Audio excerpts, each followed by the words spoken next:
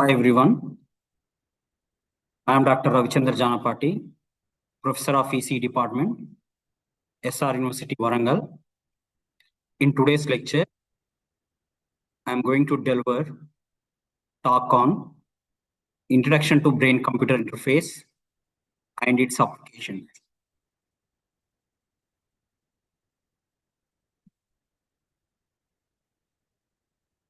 Interface products. So it is a fast-growing research area nowadays. Brain-computer interface means without any physical intervention, the brain signals that can be translated into commands. That is called as a brain-computer interface. Thank you, madam. Now, if you look into the brain-computer interface model, for example, let us take this is one person. Here is sitting here. Now, we will take the data. We have to perform some operations like pre-processing, feature extraction. We use some algorithms. Then finally, that will be translated into commands like here. Then again, the commands that will be given to this particular person as a feedback mechanism. These are the basic components. What are the basic components? One is data acquisition system, processing, feature extraction, using of innovative algorithms. Then that will be translated into the commands. These are the basic components in the brain-computer interface system. Now, once again, I will come back to starting point. Here we have a brain. Now we are taking the data. As we mentioned earlier, we are taking the data here. How we are going to take the data? Data acquisition system means how we are going to take the data? Means we are going to take the data by using one particular device. The device is called as EEG, electroencephalography. We can use some other device also, but here in our topic, we are using EEG device. EEG stands for electroencephalography. Now, whatever the signals that are taking from brain, it is a way cannot directly give it to the computer and give translate in the commands. It is not like that. Why? Because brain is a complex machine in the world. Most complex machine in the world is brain. Already we know that. So it has a lot of signals. We cannot identify that signals, which signal belongs to which type of commands, which signal gives. So for that, we have to carefully pre-process that signals. We have to carefully pre-process the signals. So how we are going to pre-process the signals? Using some filtering techniques. What are the filtering techniques we are going to use? Here, we already know what are the filtering. As an electronics engineer or computer engineer, we already know. There are some low-pass filters, high-pass filters, some different innovative algorithms are there, some different Chebyshev filters, some IR filter, FR filters. There are different types of filters are there. But it is not a simple filter we are not going to use. Some innovative filter we have to use. That is the first step, first time, foremost thing in after taking the data. After taking the data, first we have to clean the data. That cleaning step is known as pre-processing. That clean step, cleaning of the data, is known as pre-processing. Then after that, we have to extract the signals. We have to extract the features. Features means it is not general features. So this whatever the taking the data that is in the time domain, that whatever the data we have taken that is in the time domain. Now the time domain signals we have to convert into the frequency domain. We already know what type of techniques we can use to convert this time domain signal into frequency domain. We have a lot of techniques, Fourier transform, Fourier series, some different transform, or or DFT, FFT. There are different techniques are there to convert time domain into frequency domain. Now, in the frequency domain, what are the features we are going to extract? Like PSD, mean, if it is a time domain, mean, if it is a frequency domain, we have to take power spectral density, autocorrelation function. Like that, we have to take some features from the each after extraction. Then, after taking some features, we have to apply some algorithms. Now, usually, as a brain computer academic scientist, we naturally work in this particular area. What area? This developing some algorithm to classify the signals. That is the one particular area we can work on it. This is the one best part we can utilize for our research. Are you getting my point? Is it clear? Any doubts here? Am I audible?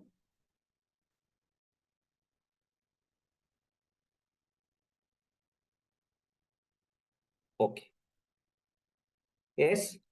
Please give your response. Start at least. Audible, sir. Okay. Thank you, madam. Now we have to use some algorithms, efficient algorithms, like some machine learning algorithms, artificial intelligence algorithms, some deep learning models we have to use for classification of signals. What type of signal we have extracted from the brain, like that, we have to use. That signals will be translated into the commands like visualization here, sound sonification, artification, haptic and tactile stimulus, olfactory stimulation, like this, which can be used for different applications. These brain signals that can be translated into the commands. In that way, we can use this particular signals. Now, this is regarding the brain computer interface model. There are different blocks.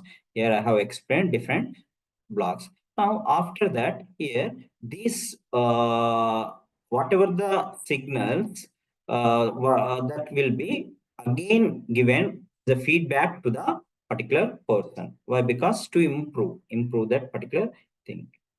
Now, here, how your brain computer interface works. Here, brain computer interface, here it will works for the person. Here, the patient mentally visualize both hands closing. So there are different paradigms are there. How brain computer interface works means here there are different paradigms are there that I will explain later. Now first and foremost is here I will explain what here brain computer interface here how it works means here, for example, here one particular person sitting in front of the computer who is unable to move his hand or leg, then what he will think that here, okay, I'm moving my leg like this.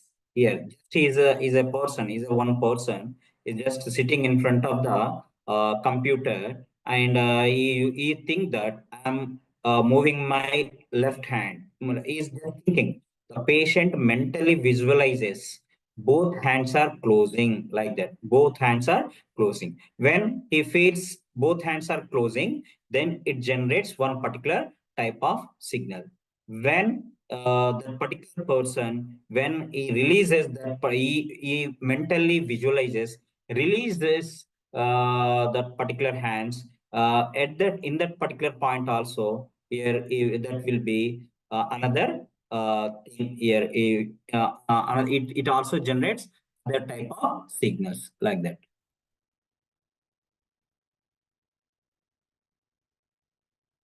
Now, what are the brain computer interface approaches? What are the brain computer interface approaches?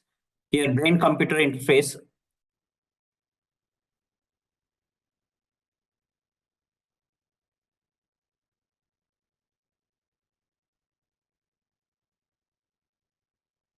What are the brain computer interface approaches? Here, there are different types of brain computer interfaces. Here one is invasive, semi-invasive, non-invasive. There are three different types of brain-computer interface approaches. Invasive means that whatever the person who is undergone that particular brain-computer interface experiment, uh, he has to go for neurological surgery. That means some brain. They will generally implant electrodes inside the brain. That is called as a invasive. That means inside there is some. We need to do some surgery, some specific surgery for that person. That is called as a invasive BCI. Next, semi-invasive. Semi-invasive means on the scalp, they implant some electrodes. That is called as a uh, semi-invasive. They will use some, they will just some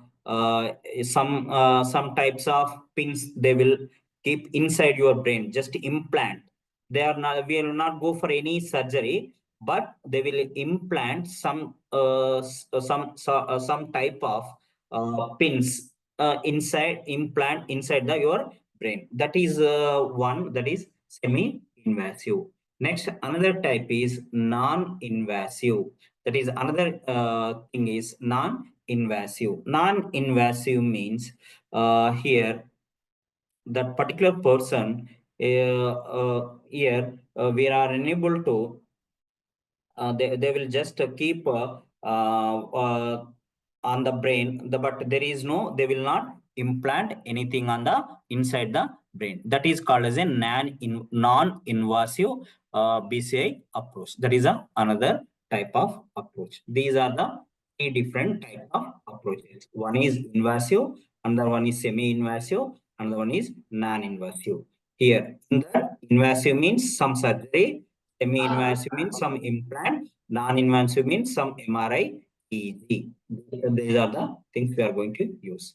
Now, invasive brain-computer interface. What is invasive brain-computer interface? Invasive BCI involve implanting electrodes. Already, I just now discussed. So we have to implant some type of. We have to implant electrodes directly into the brain. That is called as a invasive BCI. What are the applications of invasive brain-computer interface?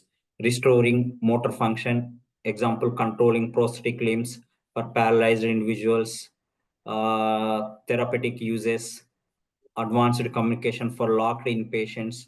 In that particular cases, we have to use this invasive brain-computer interfaces. Next, another one is semi-invasive and non-invasive. Semi-invasive means electrodes are placed under the skull but not inside the brain tissue. This is called as semi-invasive BCI. Electrodes are there that are placed under the skull but not inside the tissue. This is called as under the skull, but this is called as semi-invasive. This is called as semi-invasive. Provide better signal quality than non-invasive BCI. This provides better signal quality than non-invasive. Why? Because here we are implanting this particular electrodes inside the brain, but that is not we are not going for any surgery, but just we are going to implant that particular electrodes inside the brain. Now, application: epilepsy monitoring, early stage prosthetic control research. In that particular application, we use this particular semi-invasive BCI devices. Next, another one is non-invasive BCIs. What we are doing now, whatever the applications we are using that are non-invasive BCI. Non-invasive BCI means we are not going to implant anything on the brain. We are not going to implant any electrodes under the brain or under the skull, or just we are going to we are going to use that particular EEG device over the surface of the skull. We will touch that particular cap with the your brain. So that is called as non-invasive BCIs. It use external sensors like EEG, FNIRS to record brain activity through skull. Next, here, safe and widely accessible. It is safe. It is very safe. There is no problem with this type of semi-invasive, non-invasive BCI. Why? Because it is we are not implanting anything under the brain. So that's what it is very safe. There is no problem with this type of BCI. There is no problem with this type of BCI. That is the one advantage of this particular BCI.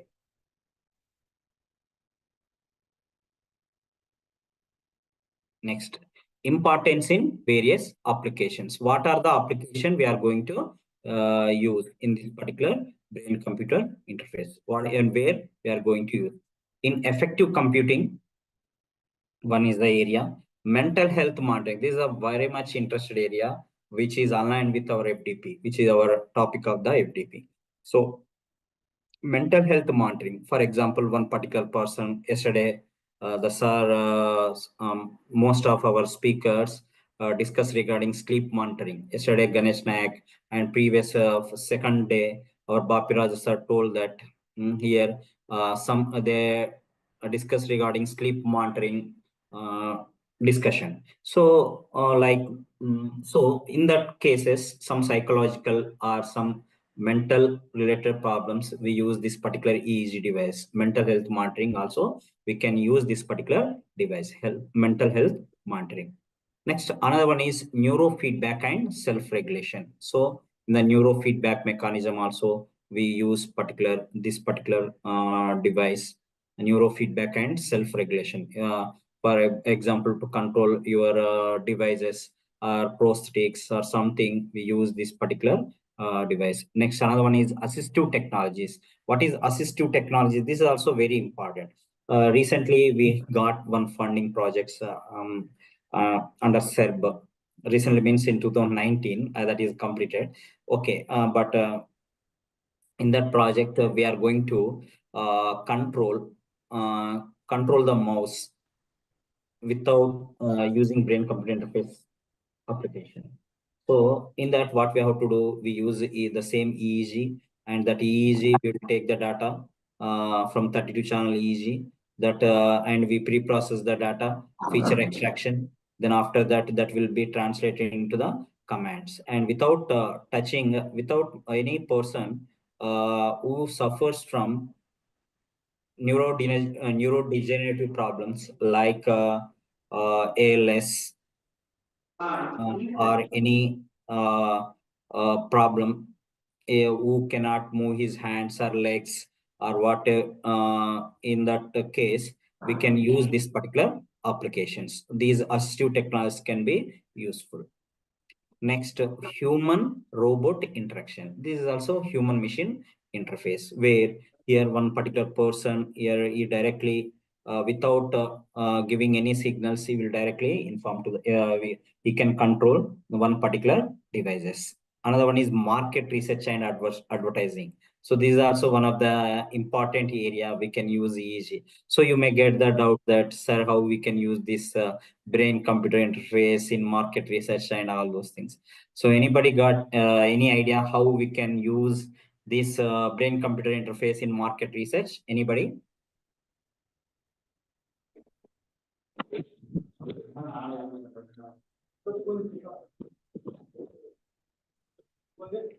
Anybody?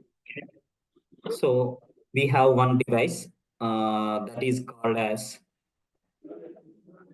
eye tracker. That eye tracker means it detects the movement of the eye, where we are looking, what time we are looking, how much time, how is our perception about that particular thing. First, in a human psychology, what is the first thing usually react to to our interested things? Our eyes usually reacts. So if you look at that particular thing more amount of time, that indicates that you are interested in that thing. So in that way, the market here, they will analyze that here you are interested in that particular product. So in that way, we can utilize this brain computer interface in market research and advertising. Next, education and training. Usually in education and training, also in virtual reality, in augmented reality, also we can use by integrating this brain-computer interface with augmented reality, virtual reality. We can use this particular brain-computer interface devices. Next, another one is entertainment and gaming. In the entertainment and gaming, also we can use this particular devices using what just now I told, augmented reality and virtual reality. Next, clinical diagnosis. Clinical diagnosis also we can use. So in clinical dialysis, mental rehabilitation centers, we can use this particular devices, BCI devices. Another one is stress management. In stress management also, we can use this particular device uh, because it can identify your signals, EEG, it can identify your stress levels as well as your sleep, your physiological signals. It can easily identify, and we can easily find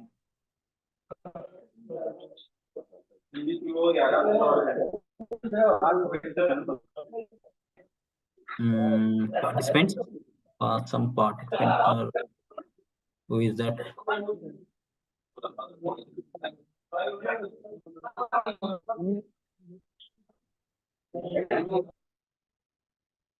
Okay.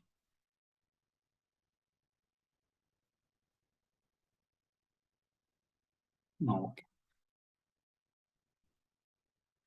Now here, our next topic is how this BCI works. And the BCI, how it will works mean, it will not directly take the signal from your brain and it will not directly give it to the computer. Not like that. If I am sitting in front of our computer, it will not directly take the signals from my brain. If I keep one EEG device, it will not directly take from your brain and it will not give it to you the computer. It's not like that. So we need some methods and some paradigms. That methods are called as paradigms. That paradigms we have to use here. Plus minus क्या होता है? फिर आपको मालूम है क्या करना चाहिए? Yes, yes. Participants, please mute your mics.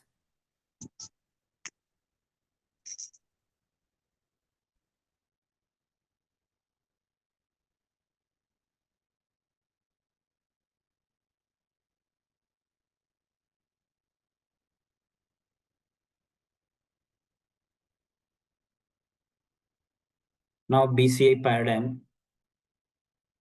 So what are the methods we can use to identify?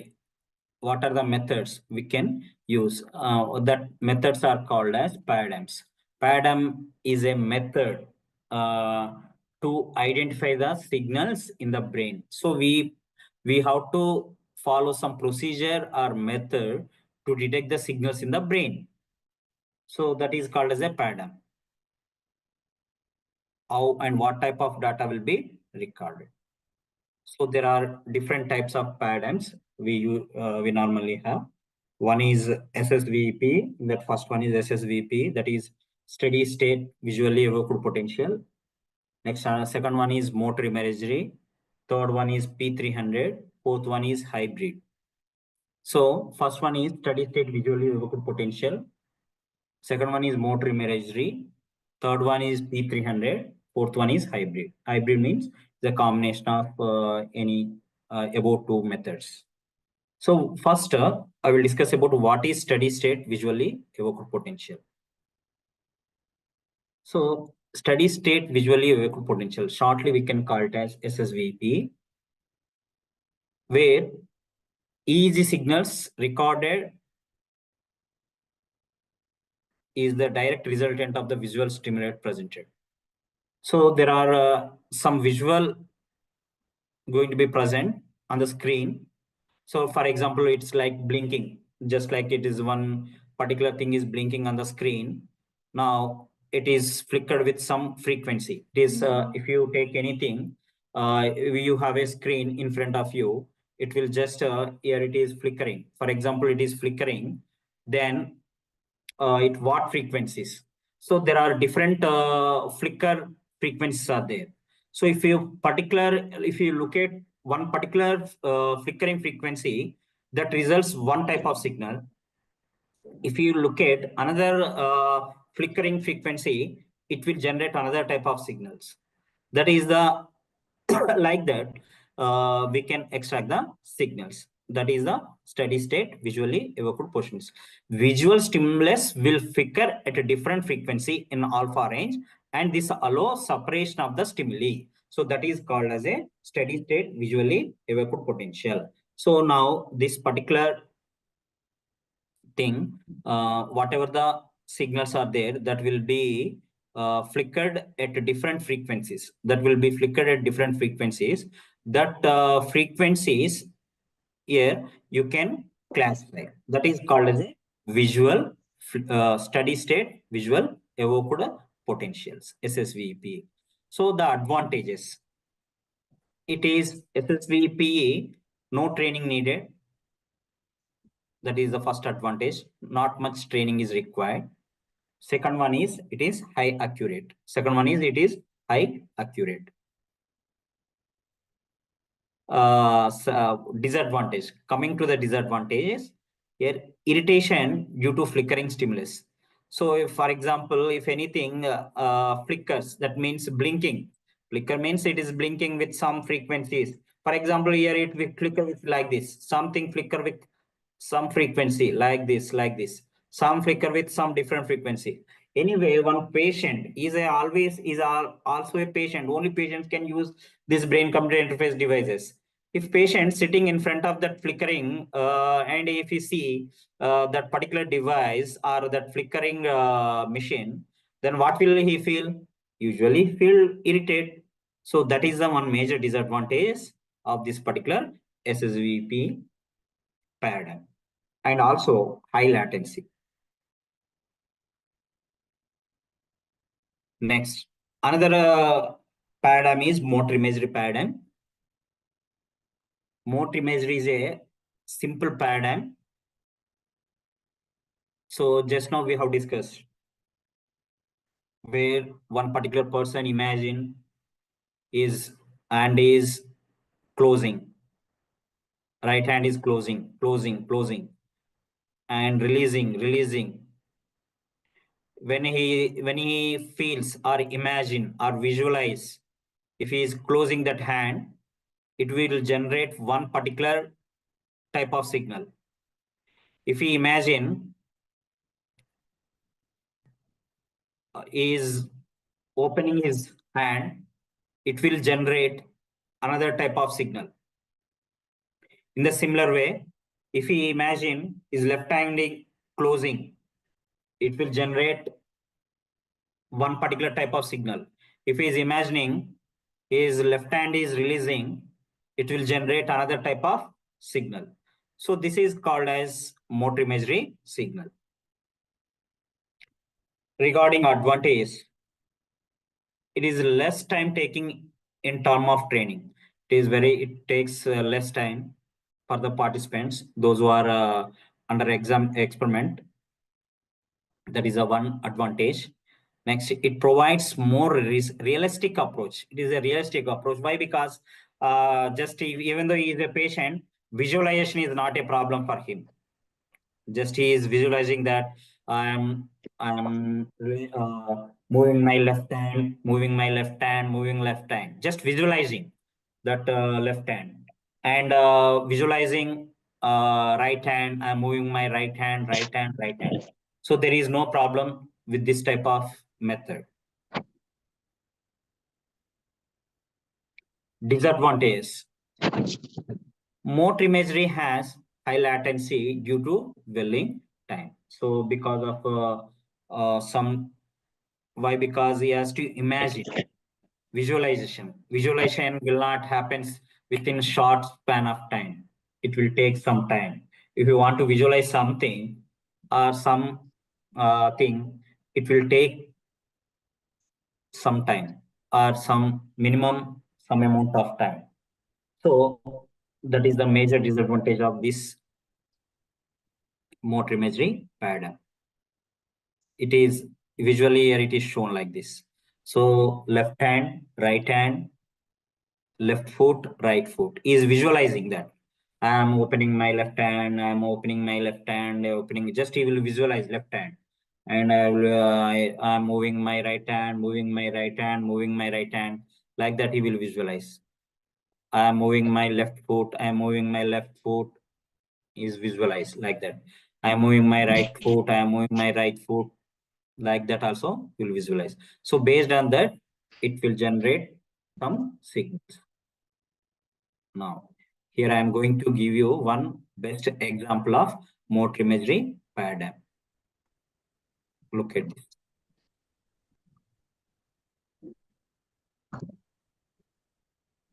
Just is visualizing.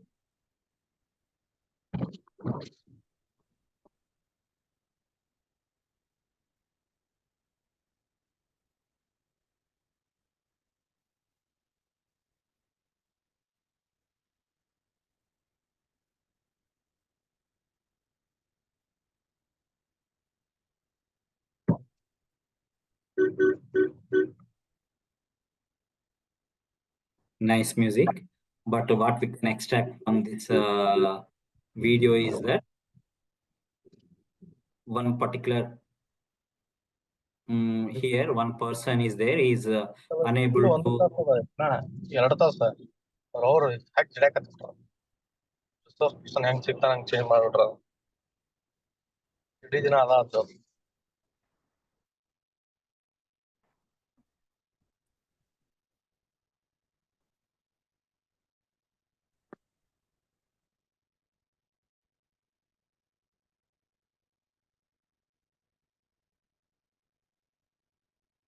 Yes, here is visualizing that he is moving a right hand, moving left hand. So when he is visualizing about that he is moving right hand, means this particular machine or that particular thing, it will move this way.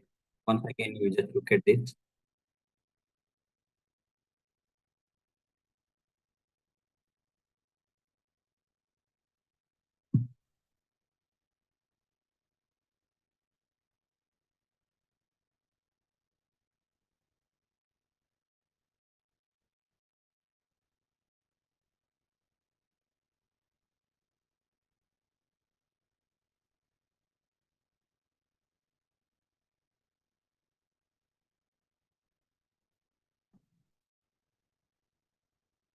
Okay.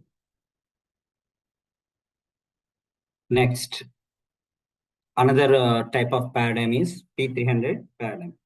So what is P300 paradigm? This is also called as oddball paradigm. So it is a positive deflection in the signal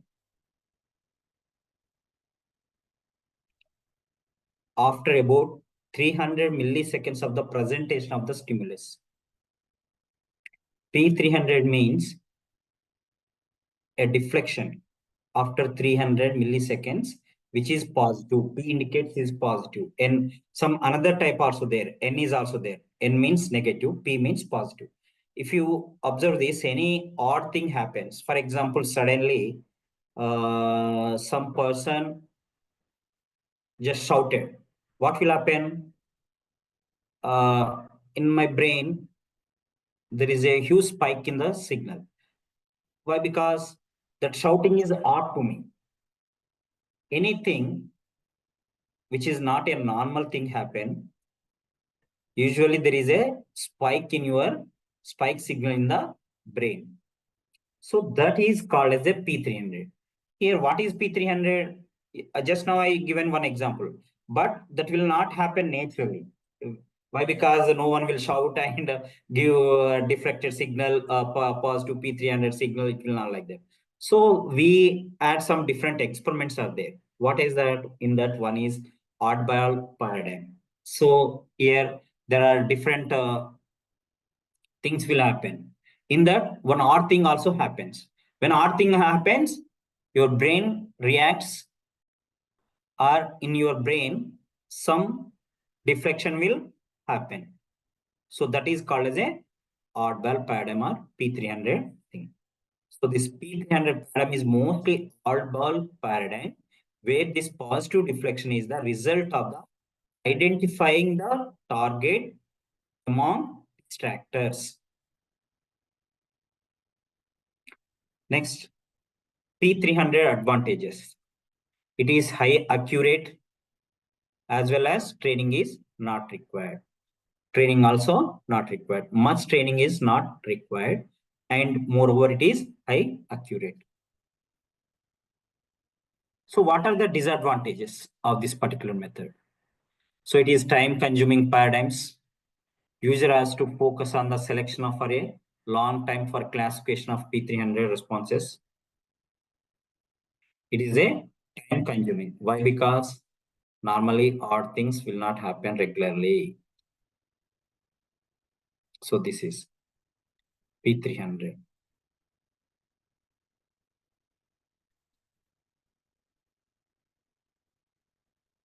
Hybrid BCI paradigms. Hybrid means combination of two or more paradigms. That is called as a hybrid paradigms. Hybrid paradigms are typically used to do more complex tasks in less time. So if it's not works with only one type of particular paradigm is not suitable for that particular application, we can mix for our convenient. What is the problem in that? We can easily mix the different paradigms. That is also hybrid paradigm. Hybrid paradigm disadvantages. Hybrid BCI paradigms provides better accurate than the individual paradigms of the hybrid. Hybrid paradigms can be used in more complex tasks. Hybrid BCI paradigms provide better accurate than the individual paradigms of the hybrid. Hybrid paradigms can be used in more complex tasks. So what are the advantages? Hybrid BCI paradigms are more confusing and difficult to train the individual paradigms of the hybrid.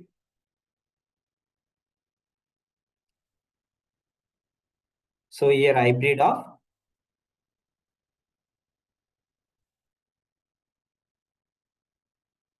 look at here. SSVEP as well as P300. Both are hybridized. Look at here.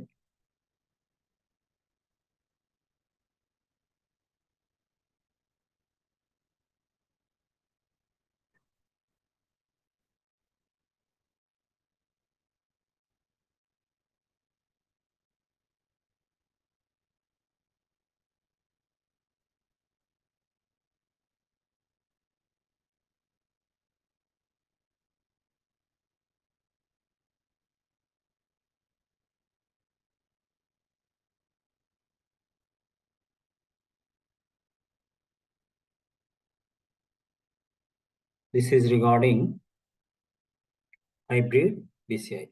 Hybrid means it is we can use two or more paradigms. It is a combination of two or more paradigms. That is called as a hybrid paradigm.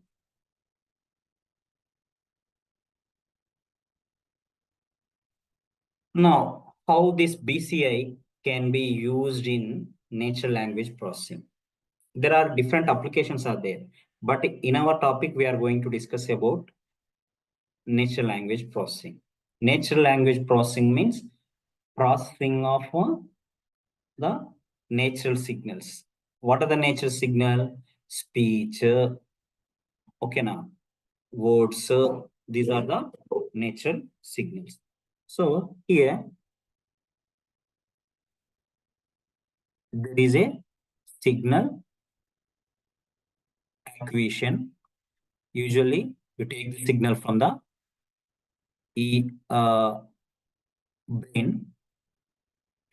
For that we use EEG device. Then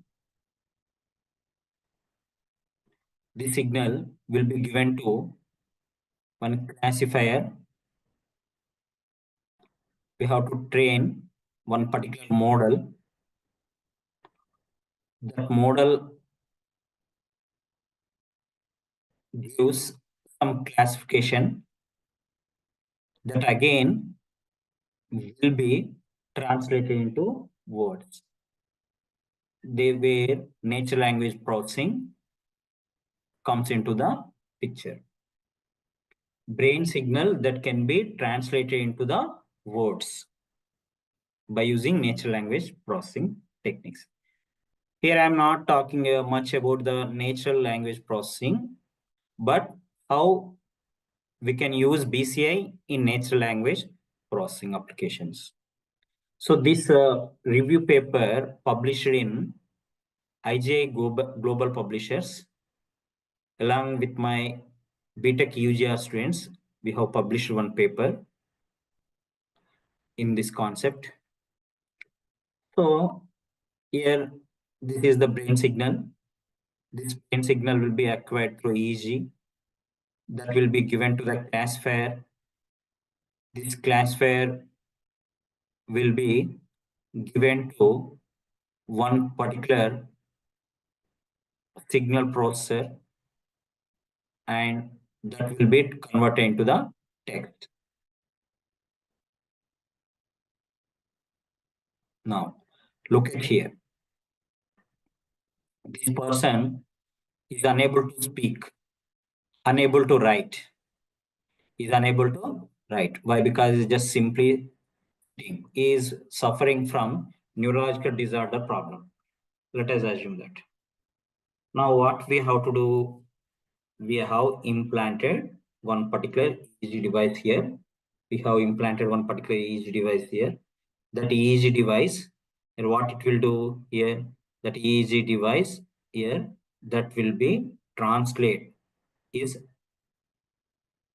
signals, thoughts, or is thoughts into commands. What are that commands? That commands in the form of text. That is called as a brain to word. That is called as a brain to word. Here, brain signals that will be translated into the word. That is called as a brain to word thing. Now, here, this will be translated into the words. A means, for example, A. Slowly, it will write B.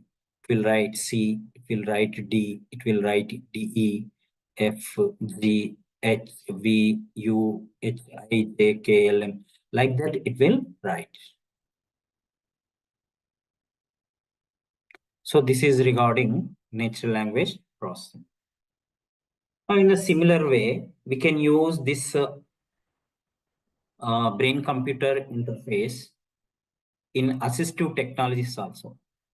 In assistive technologies, what are the assistive technologies we can use here?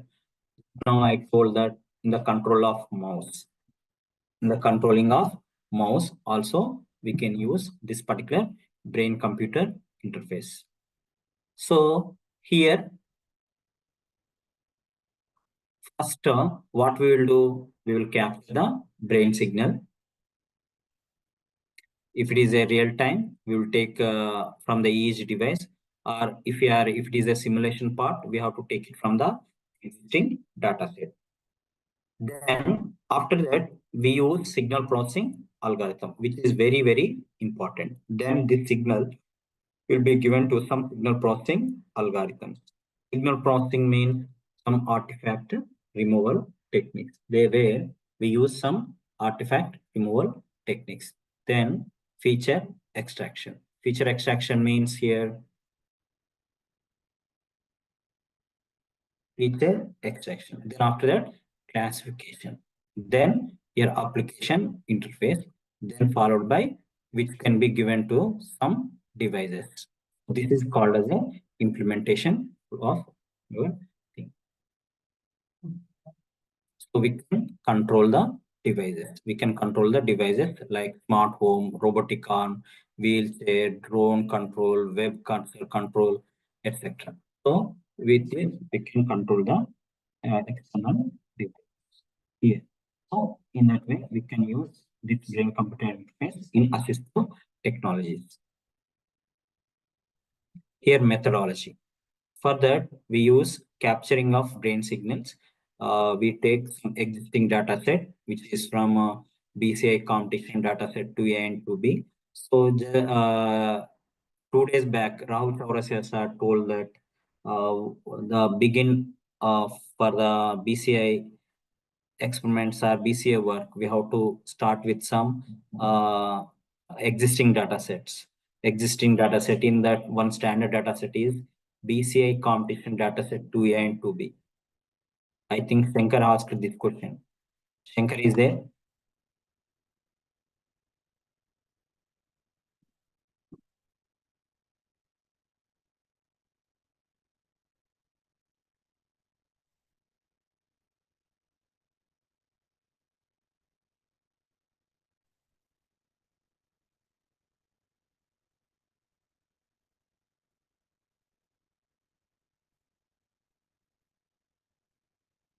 Next, after that, we have to capture the signals.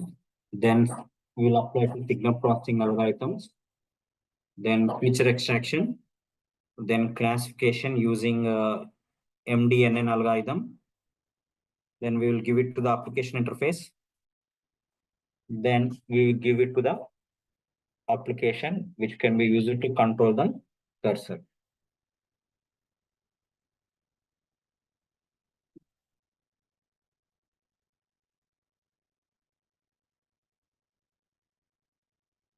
So for that, we use some, in the pre-processing stage, we use some filter banks.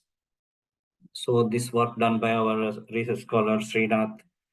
So he published several papers. We, along with my scholar Srinath, have published some papers in this. One is there we have to use some filter banks, FCIF algorithm for class iterative filtering. There we have to use.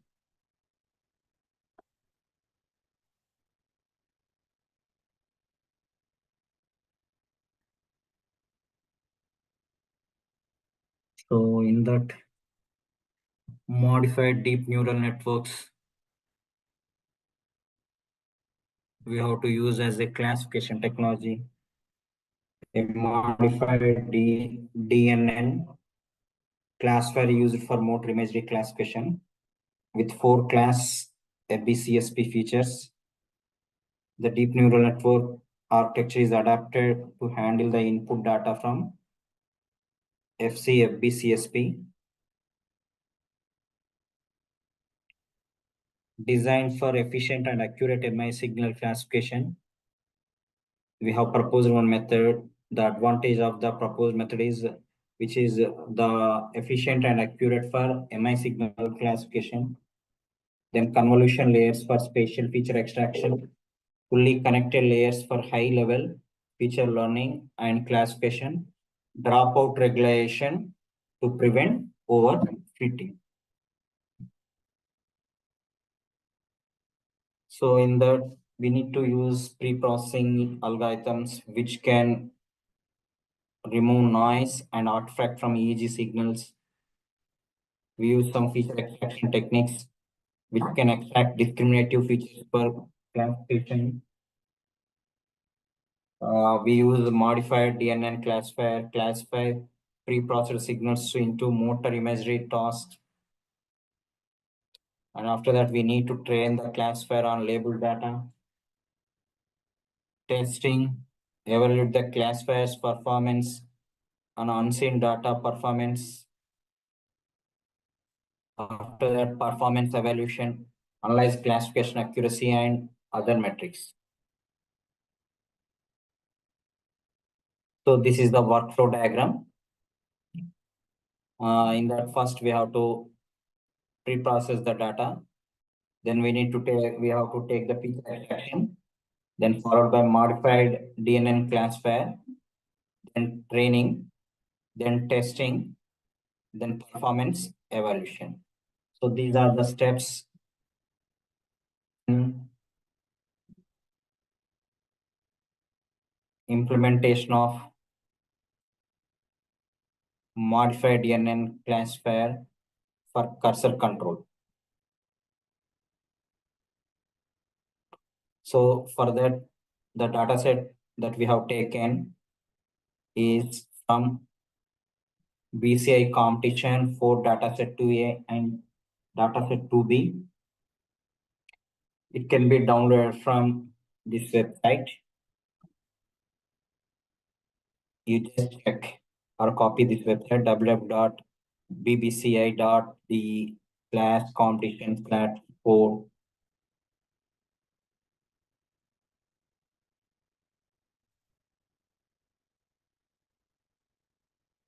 Then here how we have taken the dataset. The dataset is the description of the dataset is here we have taken from 50 individuals. Participant met inclusion criteria such as age, cognitive ability, and absence of neurological disease that we have taken care. This is actually existing standard data set.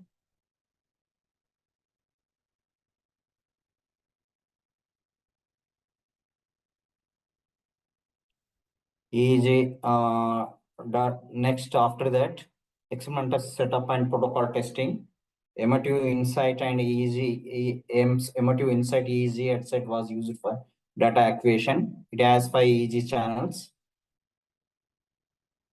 which consist of 128 Hz sampling rate and built-in amplifiers.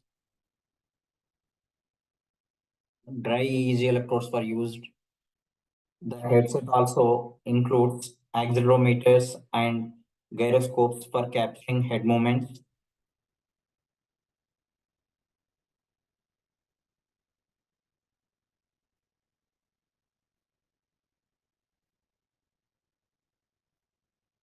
So these are the EEG signals when we are captured from a brain.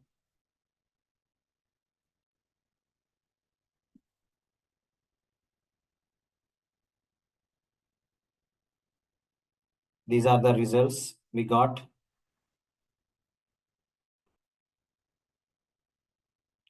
There are 4 classes. Why? Because we use motor imagery. There are 4 classes: class 0, class 1, class 2, class 3. Class 0 indicates right hand. Class 1 indicates left hand movement. Class 2 indicates foot. Class 3 indicates tongue. Now, class 0 predicted 197. Predicted class 0, 197. Predicted class 1, 1. Predicted class 2, 2. Predicted class 0, 3. So actually, if it is a class 0, means it is predicted 197 as it is. Instead of how many samples here?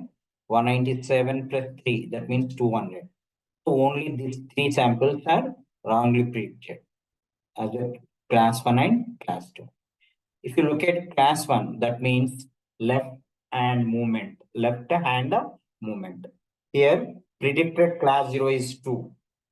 In that, predicted class 0 is 2. Predicted class 2 is 1. Predicted, that is false. Predicted class 3 also 1. That is also false. Predicted class 0, 2, also false. Why? Because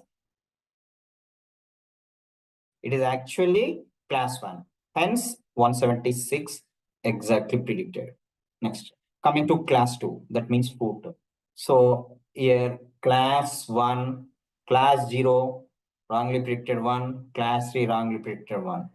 Class 3, tongue, that means it is predicted 0, predicted class 0 as 0, predicted class 1 as 2, predicted class 2 as 3, predicted class 3 as 185. So these 5 samples are wrongly predicted. This is called as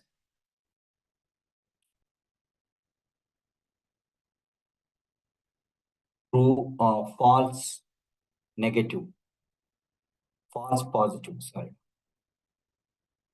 Now, experimental results. So if you compare with our existing DNN, deep neural networks, as well as modified DNN, so there is a accuracy is almost same, precision also same, recall same, F1 score is also same.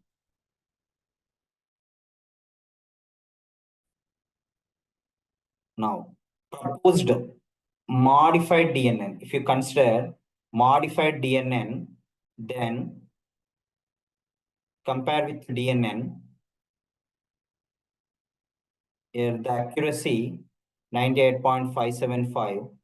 SVM baseline it is 95.2. KNN baseline 93. So there is a much difference between SVM and modified DNA. Here, this is the comparison performance with other existing methods like SVM, KNN, CNN, LSTM. These are the, when we compare with that, the accuracy is here, this is our modified DNN, existing DNN, SVM, like this, there is a comparison in precision also. This is the first flow graph, it shows accuracy, second one precision, third one is recall, fourth one specificity.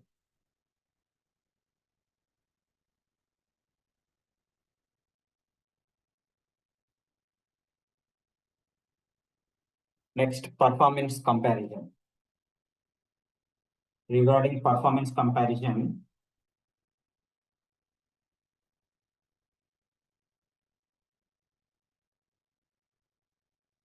here we have different methods there, which is 95% in modified DNN, DNN, as well as CNNB, like that. There are different methods. Then compared to experiment results.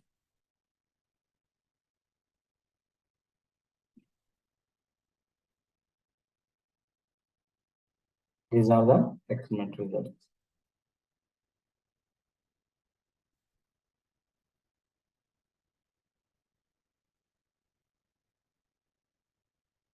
This is the cursor. Here cursor position, cursor traces, average trace, trial 1, trial 2. So this is the thing we have, what we have observed from the graph.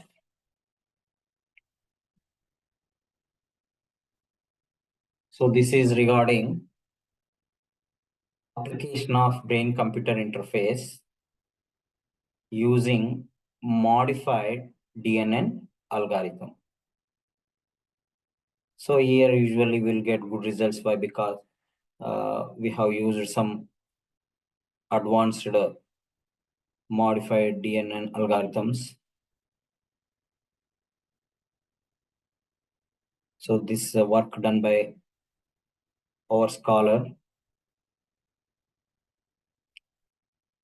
So the here our proposed method is also having some strengths as well as some limitations. The strengths, coming to the strengths, it has high accuracy, efficient response times, balanced revolution metrics, robustness. These are the strengths of our proposed model. Next, coming to limitations, it needs further research on personalization, long-term usability, and the user interaction enhancement. We need to do some user interaction point of view. We have to think about that. So this is regarding strengths and limitation of our proposed model. So challenges and future directions. So usually it is non-stationary artifacts and mode mixing. One is there is a future research also there in artifact removal techniques and enhancing machine learning algorithms for different application. Of course, anywhere we have some future development, even though if we do some 99, also 99.9% also there is a chance hope for 1%, 0.1 improvement. There is always scope for improvement. So even though not only in the direction of pre-processing in terms of feature extraction, classification accuracy, and application point of view also, there are different things will be there. Yes, dear participants, are you able to listen my voice?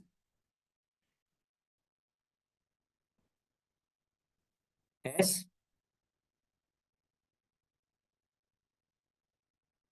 Lakshman.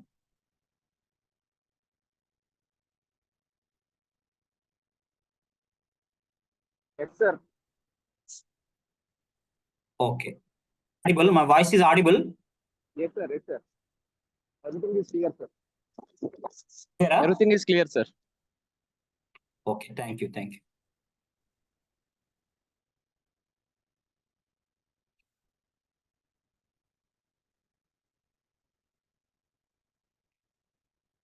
So now coming to,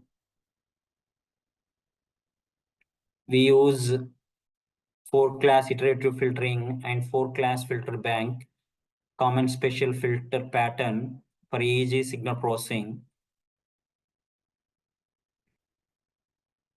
Then the classifier design is utilize a modified DNN network for motor imagery classification, train and validate the DNN for accuracy and speech in cursor control.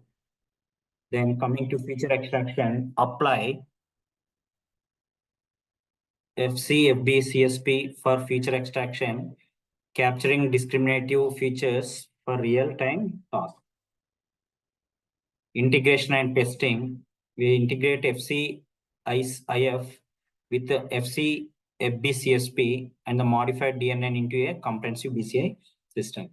So here we used some deep neural network method, and then we have performed better results compared to the existing methods. And this is regarding one of my scholar work. Just we have recently